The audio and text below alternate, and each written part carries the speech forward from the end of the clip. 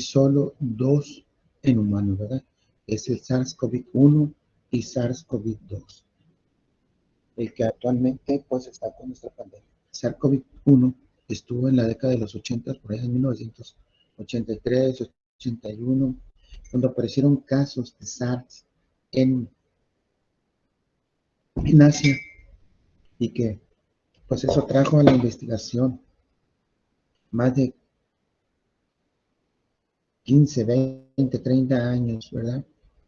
A conocer este virus, ¿verdad? Y a poder genéticamente conocerlo, genéticamente poder llegar en este corto plazo a la producción de vacunas con nuevas tecnologías, ¿verdad? Y también la formación de kits para su diagnóstico, ¿verdad? Conocer su ADN, su formación, en este caso RNA viral, para poder hacer eh, los kits y poder detectar, ¿verdad? Hacer el diagnóstico desde el punto de vista laboratorial. Muy bien, aquí tenemos las características de lo que es el coronavirus. Es un virus envuelto en una capa lipídica, inicialmente con un peso entre 80 y 220 nanómetros, ¿verdad? Con multiplicación de citoplasma, ¿verdad? Y una salida de la germinación. Esto, pues, contiene lo que es en su matriz una proteína M, una corona solar, ¿verdad? Una nucleocapside, ¿verdad? Y una glicoproteína S. Una glicoproteína S que es la que se pega a la célula mediante la interacción a nivel celular con el receptor CAC2, que es la entrada libre, ¿verdad?, a nuestra célula, y que pues de esta manera esa entrada de RNA a nuestra célula lo identifica como propio y empieza a producir un mundo de RNA viral que es el virus, ¿verdad? Entonces la replicación se lleva dentro de nuestra célula y alcanza cifras exorbitantes de millones, ¿verdad? En cada célula se pueden producir, inicialmente se vio que de 10,000 a 100,000 réplicas. Ahora con los nuevos coronavirus puede haber mucho más, la virulencia es mucho más alta, ¿verdad? Y puede haber hasta 1,000,000 en replicación viral dentro de una célula. Ahora, el coronavirus en primera instancia era de 80 a 220 nanómetros, ahora es en promedio de 40 nanómetros. Ahora es aeróbico y nos podemos contaminar en un periodo. Si era antes de 1 a 2 metros, por el peso, ¿verdad? Por este peso de 80 a 220 nanómetros, al pesar 40 nanómetros prácticamente aeróbico, y una persona que estornude, que haya gotas de flujo, pues nos puede contaminar si inhalamos ese aire en un diámetro de 10 metros. ¿Se ven ustedes cómo se ha transformado este virus? Y por eso ahora ya no queda en la nasofaringe, ya no queda en esa parte de los bronquios, bronquiolos, sino que por ese peso y por esa reducción de tamaño se va directamente al alveolo, y ahora el virus es más agresivo, es más virulento, son ataques más fatales, y la gente joven contaba con el tiempo suficiente para poder hacer anticuerpos. Ya no cuenta con ese tiempo y por eso ha estado atacando ahora a la gente joven, ¿verdad? A esa gente con aparatos inmunológicos competentes, que se alejaban de su faringe este virus por su peso, y las personas jóvenes con sistemas inmunológicos competentes, pues pueden desarrollar anticuerpos, y muchas de las veces eran infecciones muy leves o asintomáticas, ¿verdad? Ahora eso se está transformado y ya se producen infecciones mucho más rápidas, ¿verdad? Con un periodo de incubación más corto, incluso de 2 a 5 días, era un promedio de 7 días, ¿verdad? Con mayor virulencia, como les dije, ¿verdad? este tipo de infecciones, pues puede penetrar por vías respiratorias o por vía digestiva, producir infecciones de tipo respiratorio o bien diarreas, llevar incluso a insuficiencia respiratoria aguda, lo que es el SARS, ¿verdad? Lo que es ese 3 a 5% que nos lleva a la gente a los hospitales con una mortalidad en promedio del 3% de las personas infectadas, ¿verdad? Aquí tenemos en la siguiente diapositiva los subtipos, ¿verdad? Los que producen diarrea, los que producen infecciones de vías respiratorias, pero estos a su vez pueden producir diarrea e infección de vías respiratorias, ¿verdad? Tanto el tipo 1 como el tipo 2 como el tipo 3. Y esos dos tipos que afectan al humano, más importantemente el SARS-CoV-2, que es el que nos ha llevado a esta pandemia tan tremenda con esa altísima mortalidad ya en nuestro mundo y que desafortunadamente pues ya está atacando a gente joven. ¿Por qué? Ya les dije, porque el virus se transformó. Ahora es un virus delta, ¿verdad? Es un virus que tiene un peso de 40 nanómetros, que es aeróbico y que va directamente al alveolo, ¿verdad?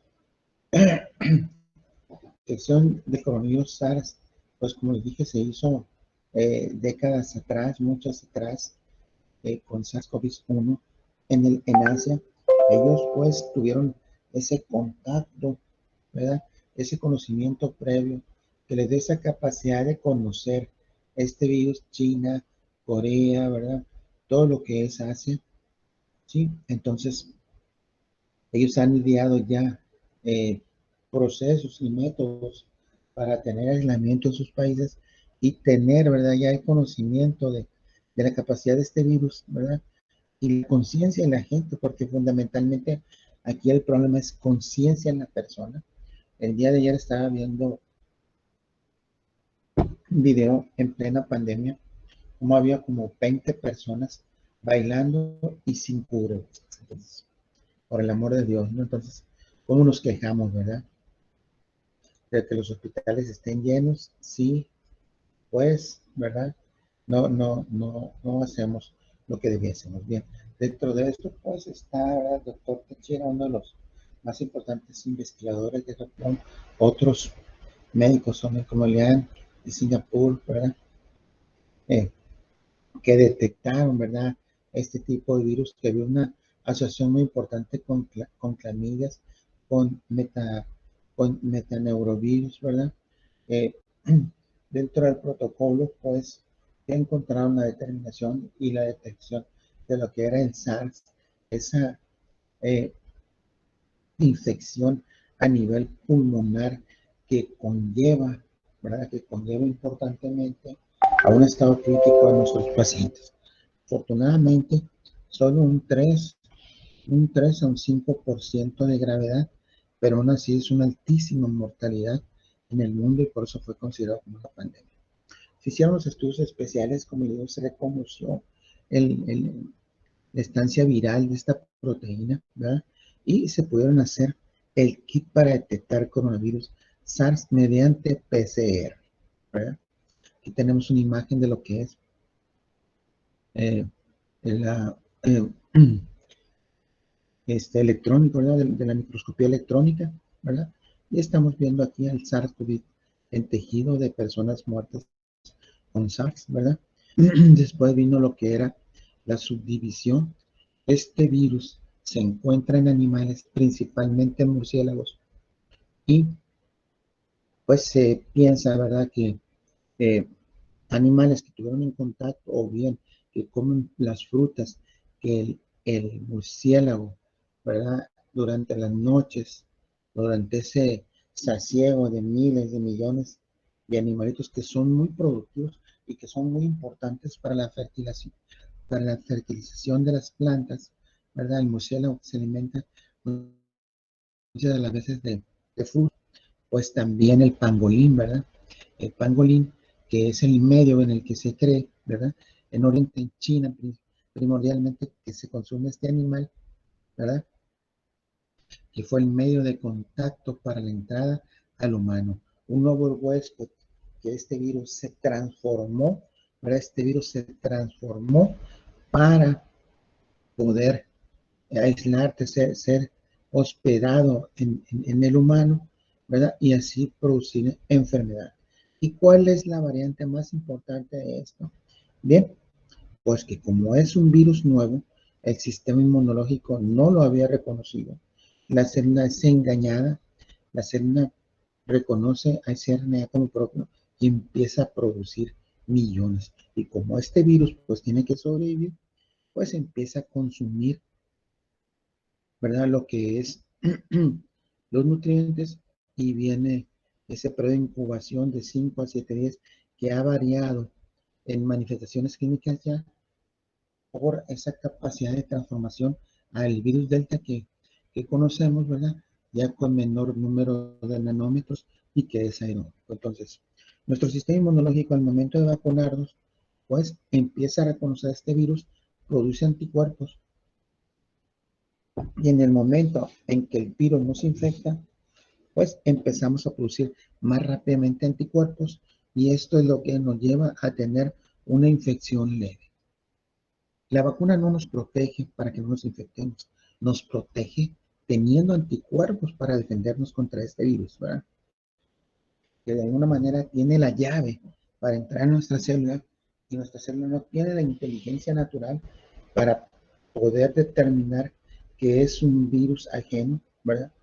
No tenemos la tecnología para darle esa capacidad a nuestra célula, y este virus, mediante la proteína S, se fija al receptor A2, penetra en la célula reconoce este ARNA como propio y empieza a hacer millones, miles a nivel celular, en promedio de 10,000 a 100,000, ahora con más virulencia, pues mucho más de 100,000, algunos han reportado entre 200 a 500,000 reproducciones, ¿verdad? Más del virus Delta, que tiene una mayor virulencia y agresividad, ¿verdad? Entonces, en esta diapositiva vemos los subtipos de coronavirus, ese árbol, ¿verdad? Hacia lo que es SARS-CoV, que pues conlleva a un cuadro de mayor gravedad, ¿sí? Y eso ha traído un mundo de investigación, por ejemplo, que la leche se une a los receptores a nivel celular, de que lo hace el virus, ¿verdad? Y por eso ha sido la ingesta de leche un factor protector en ese tipo de infección viral, ¿verdad? Muy bien, aquí están las hipótesis, ¿verdad? De lo que les había mencionado, cómo este virus se encuentra hospedado en animales de manera selectiva, ¿verdad? Se hospedó en un animal que tenía interacciones con el humano, y ya sea por ingestión, por vía de tubo digestivo, o bien a la manera de inhalación, o alguna enfermedad ya que trae ese animalito, ¿verdad? Y se llevó a cabo el contagio con el ser humano, ¿verdad? Y eso pues trajo, ¿verdad? El que ese virus nuevo y no reconocido nuestro sistema inmunológico, pues nos empezase a atacar, ¿verdad? Esto importantemente pues fue en Wuhan, en China, ¿verdad? Y se piensa que pudo haber sido el pangolín, un animalito que se come mucho en China, ¿verdad? Y que pues es un animal que anda en la naturaleza y que tiene contacto, lo mismo con lo que tiene contacto el murciélago, y frutas ya infectadas, pues infectan al pangolín cuando se las comen, y después el pangolín infecta al humano, ¿verdad? Sí, muy bien. Dentro de los casos sospechosos o probablemente casos del diagnóstico virológico, pues se pueden tomar diferentes muestras. Lo que más ha surgido, lo que más, la técnica que más, con mayor sensibilidad ha tenido para el diagnóstico, ¿verdad? De coronavirus es PCR, ¿verdad?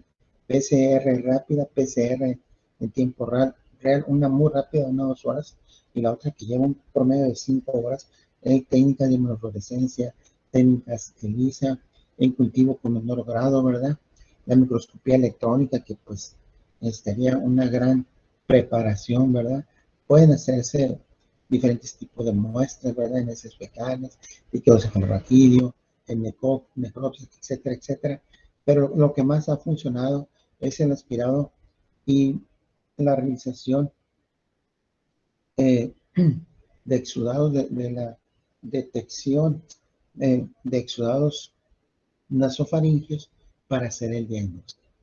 Oh, sorpresa que nos hemos llevado, hemos tenido pacientes con coronavirus con PCR negativa, pero es debido a que muchas de las veces el virus, como ya es más pequeño, no se queda en el esofaringe ni en bronquios, se va directamente al alveolo, porque al inhalar, pues no se detiene en la vía respiratoria.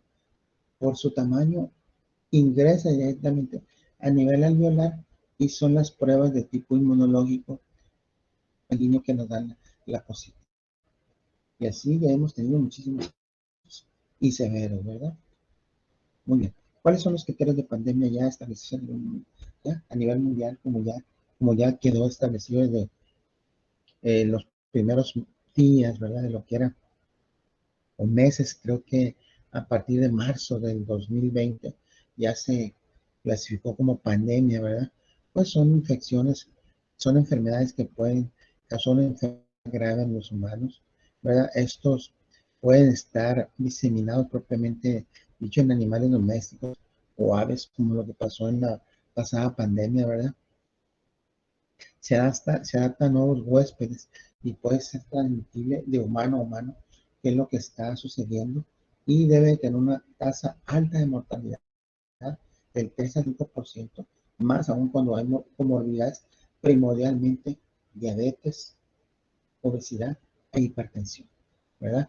El número de casos, pues ya ven en la tercera ola, perdón, se llenaron los hospitales completamente, ¿verdad?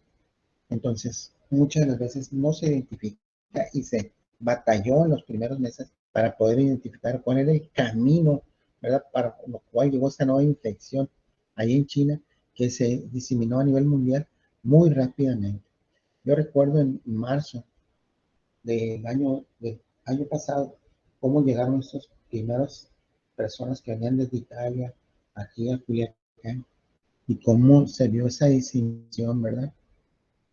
Como por ejemplo otros en los hospitales empezamos a tener neumonías atípicas, pero de una manera muy importante.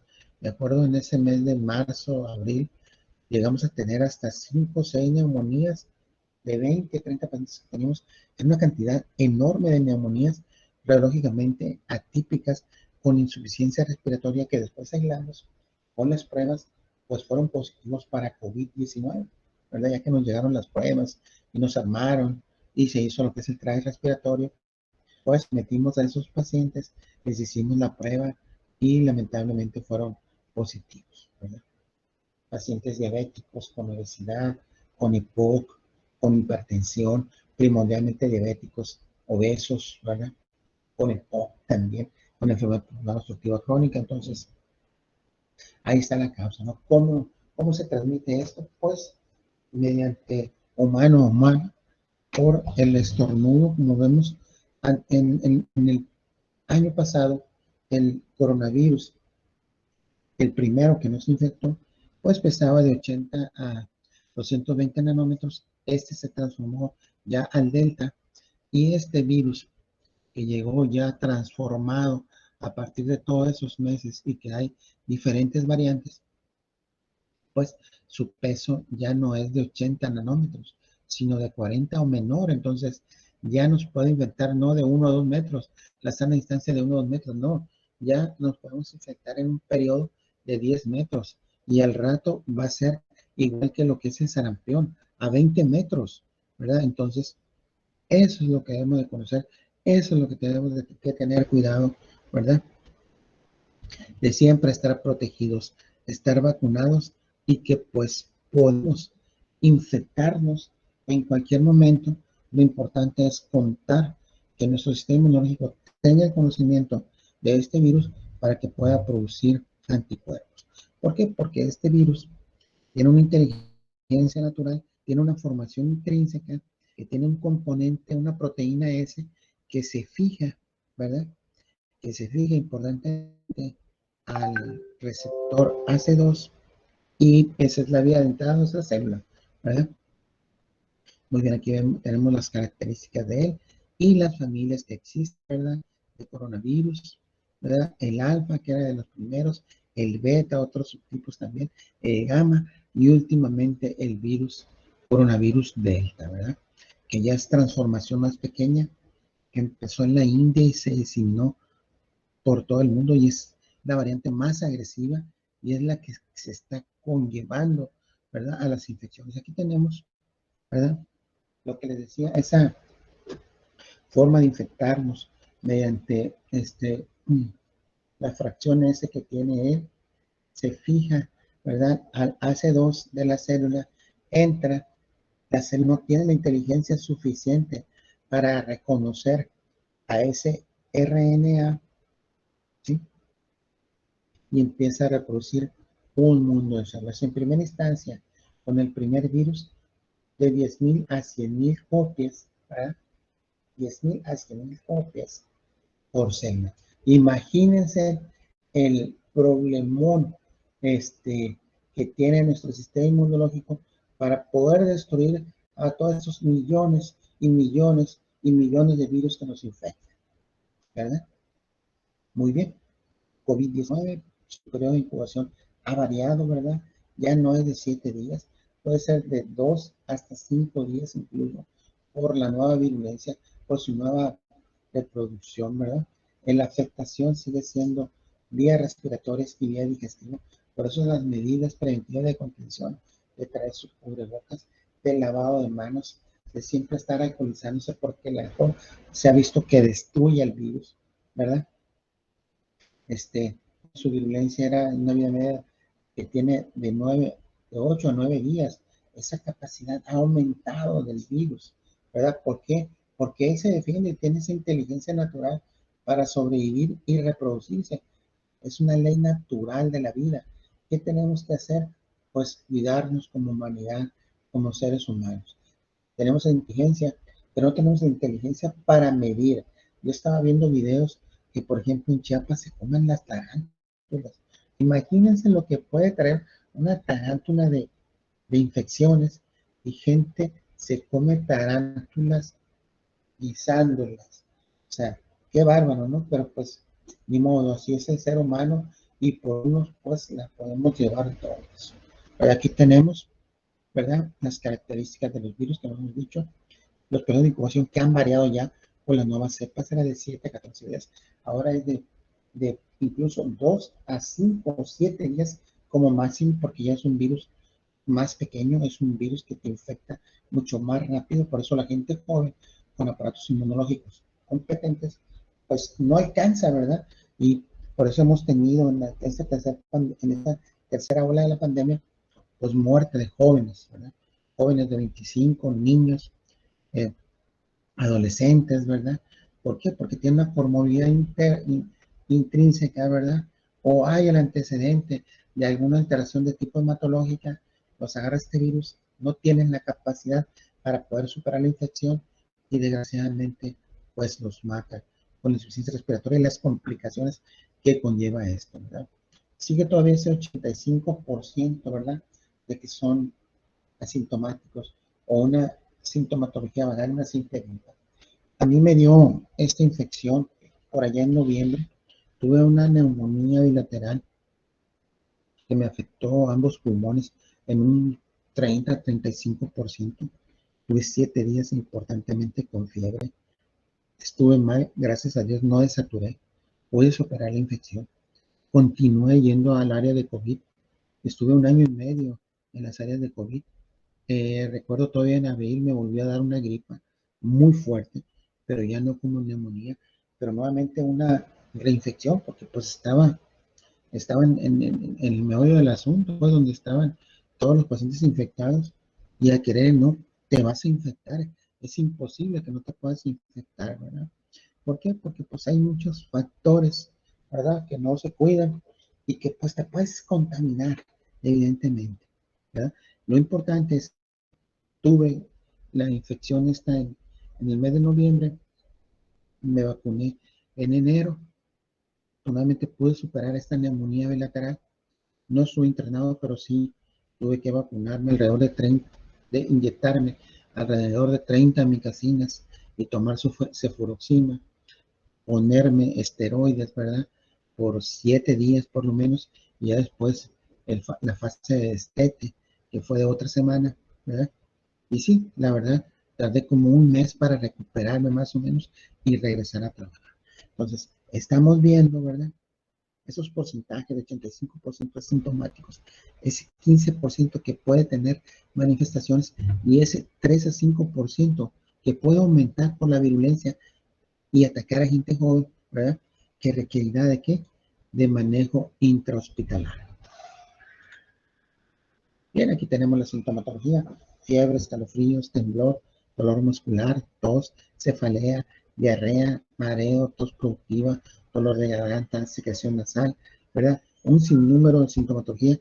Incluso ha habido manifestaciones de tipo dermatológico, manifestaciones de tipo hematológico, simplemente, o sea, este virus tiene muchísimas variantes desde el punto de vista clínico, pero estas son las más frecuentes y las que más atacamos y las que más nos llevan a nuestro paciente a caer en hospitales, ¿verdad?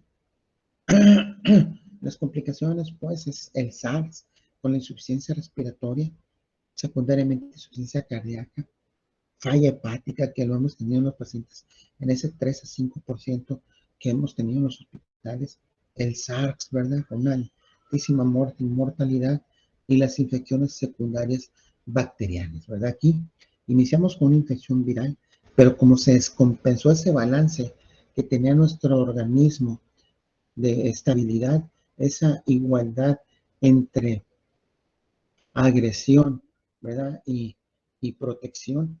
Cuando se pierde, pues esas bacterias saprófilas, esas bacterias amigas, se vuelven enemigas, ¿verdad? Y se convierten en lo que son neumonías de tipo atípica también, ¿no? Vamos a ver más adelante unas radiografías y tomografías que les traigo, ¿verdad? Aquí tenemos por lo que les he estado comentando de la virulencia, ¿verdad? De la importancia y el tiempo que ya ha cambiado. Lo que es los estudios de laboratorio. Aquí está la microscopía electrónica, cómo se ve esa proteína S, una cantidad enorme, ¿verdad? Para fijarse en nuestra célula y entrar a la célula. Como la célula no tiene la capacidad o la inteligencia natural para decir que es un virus, pues lo empieza a replicar y viene la enfermedad, ¿verdad?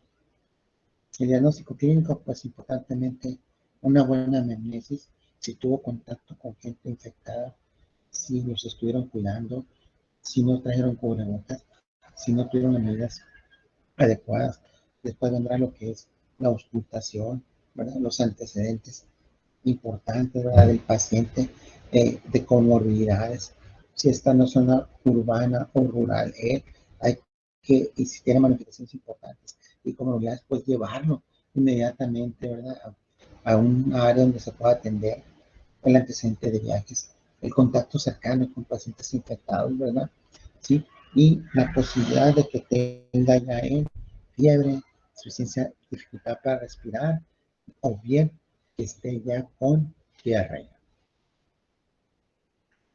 Los estudios de laboratorio, un panel completo para ver inflamación, que incluirá, pues, una detección directa por ELISA, PCR, la detección de anticuerpos, ¿verdad?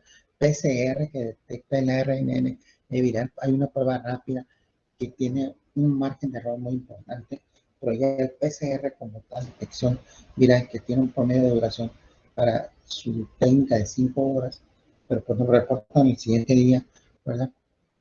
Es el más específico y con mayor sensibilidad que tenemos. Este también lo que es cultivo. Ahora se apoya mucho en el estudio serológico porque pues el virus es más pequeño y ya no podemos hacer el hisofado nasal, ¿verdad? Para tener ese PCR, ¿verdad? Los estudios de coagulación, los estudios de función renal, los estudios de función de pruebas de funcionamiento hepático, ¿verdad? Que pues como vimos nos puede llevar a falla hepática, a falla renal, a falla hematológica, ¿verdad? A complicarnos una neumonía mixta, ¿verdad? Y el estudio más importante que tenemos, el estándar de oro para los pacientes críticos que tenemos ya en hospital, es la tomografía. La radiografía en la primera, segunda semana, hasta el 13º, 14º día, nos va a dar alteraciones de tipo radiológico. La tomografía, desde la segunda semana, a partir de los primeros 7 días, cuando ya pasó el periodo de incubación y empieza la sintomatología, se da un seguimiento de tipo tomográfico para ver las alteraciones de la misma, ¿verdad? Fisiopatológicamente en esta enfermedad ocurre lo que es la hipoxia silente. ¿Y por qué ocurre la hipoxia silente? Porque este virus tiene predilección sobre los neumocitos 2 y el neumocito 2 es, la célula que produce el factor tensoactivo. Entonces ataca todo lo que es el parénquima pulmonar, pero predominantemente al factor tensoactivo. Entonces se acaba ese factor tensoactivo y viene un, una, una catástasis, ¿verdad? Viene una caída muy rápida, ¿verdad? De repente de una hipoxia, ¿verdad? Una hipoxia silente, ¿verdad? Que está ahí con una infección a veces muy fuerte, que vemos tomográficamente, pero clínicamente lo vemos saturando 91, 92, pero de repente se nos va a 90, de repente se nos va a 80, de repente se nos va hasta 70. ¿Por qué? Porque se acabó el factor tensoactivo y empieza a colapsar el pulmón, ¿verdad? ¿Sí? Los patrones radiológicos, y aquí serían desde el punto de vista tomográficos, que es el estándar de oro para pacientes con SARS, ¿verdad? En primera instancia, la primera lesión son en imagen en vidrio despulido, después en consolidación y ya al final, cuando está ya después de consolidado, está cediendo y que ya estamos en la tercera o cuarta semana de la evolución de la enfermedad, el patrón es de tipo impedral. ¿Qué es lo más importante aquí dentro del manejo? Detectar a nuestros pacientes críticos los primeros 7 días e iniciar con esteroides o bien inmunomoduladores, ¿verdad? Dependiendo del cuadro clínico y las alteraciones radiológicas que tengamos en la tomografía. De aquí entramos a ver radiológicamente a partir del 13º o 14º día es cuando vamos a ver estas alteraciones de tipo radiológico, ¿verdad? Alteraciones ya en diferentes, ¿verdad? A nivel pulmonar, alteraciones importantes, ¿verdad? Ya en el parénquima, ¿sí? Pero hasta el 13º, 14º día. Ahora veamos aquí la misma radiografía. Esta es una radiografía y esta es una tomografía. Ustedes, la gran diferencia en imagen que nos puede dar, ¿verdad? Para hacer un diagnóstico entre lo que es una otra patología, ¿verdad? O sea, imágenes importantes, ¿verdad? De lo que es el SARS en una radiografía a lo que vamos a ver en SARS en una tomografía. Por eso tiene eh, una inmensa diferencia. Lo que tenemos aquí, una neumonía típica y lo que es una neumonía típica. Una neumonía típica lobar, una neumonía típica. Aquí una hiperinsuflación en los diafragmas, ambos aplanados importantemente, y unas lesiones difusas, ¿verdad? Esto es neumonía típica, es una neumonía de tipo viral. Nuevamente, ¿verdad? Lo que es histoplasmosis, lo que es una neumonía por broncoaspiración, ¿no? Ven ustedes como aquí hay una broncoaspiración del lóbulo medio, aquí esto sería una histoplasmosis, ¿verdad?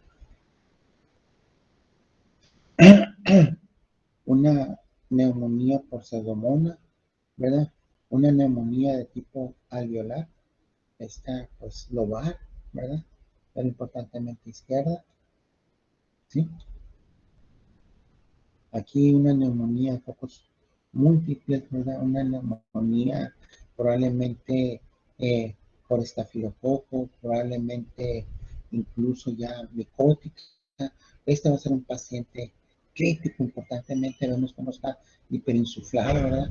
Las diferentes afectaciones que se ven, ¿verdad? Importantemente de los focos, ¿verdad? Múltiples, ¿verdad? De condensación y los diafragmas aplanados con hiperventilación y el corazón con tendencia a embolia.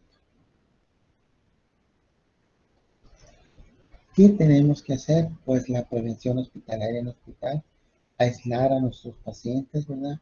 Aislar importantemente a lo que es el personal de salud, que es quien los va a manejar y es quien se debe de más proteger, porque si infectan ellos, ¿quién los va a proteger? ¿Verdad? Utilización adecuada de los limpieza y eh, receptores virales, ¿verdad? La ropa de hospital. Recuerdo que cuando empezaron los primeros casos, pues no se llevó adecuadamente, no se capacitó a la gente de que estaba en la limpieza de hospitales en lavandería y surgieron varios casos de muchachos con coronavirus en lavandería, ¿verdad? Las visitas, pues, completamente se tiene que aislar el paciente, ¿verdad? Haces UCIs respiratorias, ¿verdad? Unidades respiratorias, como se hizo en todos los hospitales, ¿verdad?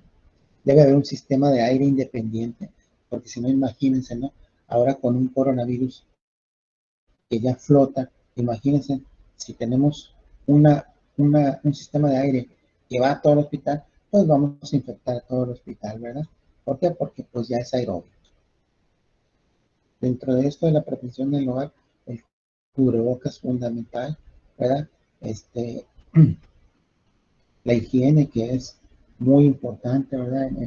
En el mantenimiento, ¿verdad? Este, la higiene de manos, el uso de cubrebocas, ¿verdad? De guantes desechables, ¿sí? Esto es más cuando manejas ya cosas de tipo hospitalario. Y aquí tenemos como prevalencia, pues lo que es SARS-CoV, lo que es cómo ha venido divagándose en lo que es Asia, cómo llegó a Medio Oriente, cómo se ha diseminado a nivel mundial, ¿verdad? Y dentro, pues, de lo que es el manejo de la pandemia, lo que se había mencionado, pues, el aislamiento total del hospital, protección importante del personal de salud, ¿verdad? Enfermeras, médicos, gente que está relacionada con intendencia, lavandería, laboratorio, ¿verdad? Todos ellos deben tener una protección especial, ¿verdad? Este, se tiene como, vemos, valorar la vulnerabilidad de los profesionales de la salud, ¿verdad? Y de la población que se tiene. Debe de hacerse un triage respiratorio que se hizo en todos los hospitales a nivel mundial, a nivel de la localidad, ¿verdad? La decisión, ¿verdad? Del manejo hospitalario, el manejo ambulatorio de los pacientes, ¿verdad? Y los criterios clínicos de laboratorio y gabinete que se deben de seguir, ¿verdad? Importantemente para la decisión del manejo intrahospitalario o el manejo este, ambulatorio, ¿verdad? ¿Cuáles son los criterios o manejos más importantes de vulnerabilidad para los pacientes este, que se infecten? Pues bien, las comunidades importantemente, ¿verdad? La edad por arriba de 60 años, diabetes, hipertensión, obesidad. En estas tres cifras, en estas tres comorbilidades, diabetes, hipertensión, obesidad, está el mayor número de pacientes. Aunado a pacientes con también pacientes con insuficiencia renal crónica, cardiopatía isquémica, ¿verdad?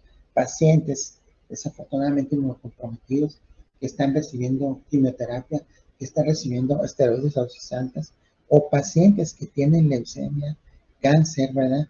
Desgraciadamente los que se han infectado han evolucionado muy mal y fallecido en el 90 y tantos por ciento en un corto plazo. Enfermedades de la colágena como lupus, cáncer, leucemia, como les dije, ¿verdad?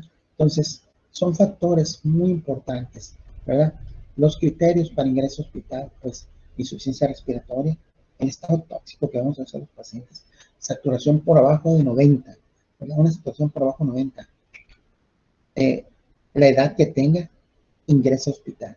Las comorbilidades que ya hemos mencionado, tener arriba de 60 años, ¿verdad? Una comorbilidad descompensada independientemente de la edad, ¿verdad?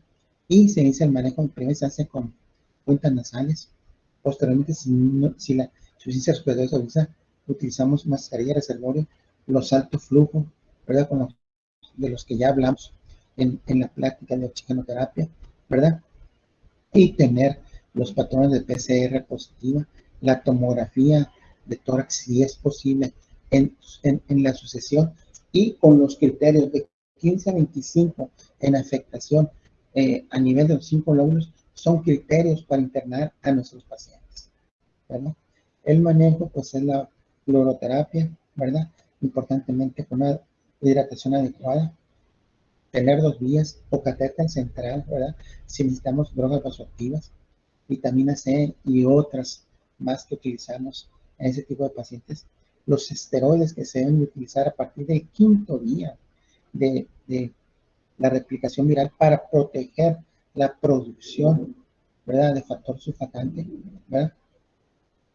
Y el proceso inflamatorio secundario, los antibióticos, ¿verdad?, que tenemos que utilizarlos de manera sincrónica, ¿verdad?, con el uso de esteroides que son acitromicina, claritromicina, antibióticos de amplio espectro como son quinolonas, como son cefalosporinas de tercera generación, anticoagulantes importantemente como es enoxaparina, rivaroxaban o dabigatran. Todo, ¿por qué? Porque a nivel pulmonar se lleva a cabo una afectación muy importante de hipertensión pulmonar secundaria cuando ya está esa hipoxia importante a nivel pulmonar, pues también existe la posibilidad de trombosis. Y hemos visto morir muchos pacientes de trombosis pulmonar masiva, ¿verdad? También con trombosis en diferentes partes del cuerpo. Entonces, es fundamental la terapia anticoagulante, ¿verdad? ¿Sí? Y ya secundariamente, dependiendo de las comorbilidades, la evolución del paciente, pues la utilización de broncodilatadores por vía parenteral, diuréticos de asa, digital, otros medicamentos como específicamente contra hipertensión pulmonar, ¿verdad? Muy bien. Eso es lo que tenemos como plática el día de hoy de lo que es neumonía por coronavirus, ¿sí? Una infección de tipo viral, una mortalidad del 3 a 5%, con un virus que se ha transformado, que pesaba 80 a 220 nanogramos a 40 nanómetros. El virus ya es aeróbico, ya te puede infectar en un radio de 10 metros, ¿verdad? Ven ustedes cómo esta inteligencia natural del virus lo ha llevado a ver cómo hemos estado destruyendo en alguna manera nosotros y cómo este virus se ha transformado, se ha hecho más letal, se ha hecho directamente de afectación a nivel alveolar, ¿verdad?, afectándonos ya más propiamente a la unidad funcional pulmonar, que es el alveolo, ¿verdad? Y cómo, ¿verdad? Aquí ya vemos, ¿verdad?, que el estándar de oro en el paciente crítico es el estudio tomográfico, ¿verdad? Quiero presentarles el día de mañana, un video que les va a servir muchísimo acerca de la detección radiológica y tomográfica de lo que es COVID-19 de un centro médico nacional de alto prestigio en nuestro país. Y para que ustedes tengan conocimiento, ¿por qué decimos tiene 13 de 25 o 15 de 25, ¿verdad? Les va a ser son actualizaciones en COVID desde el punto de vista radiológico, ¿verdad?, del centro de infecciones más importante que tenemos en nuestro país. ¿Sí? Eso, pues yo creo que lo veremos el lunes. El lunes, probablemente mañana o bien el lunes. ¿Sí? Muy bien, todo depende de los tiempos. Muchas gracias. Nos vemos. Usted nos avisaría, ¿verdad? Si mañana nos da clases o no. Ok. Sí, yo les avisaría. Gracias. Nos vemos, doctor. Gracias. Gracias, doctor.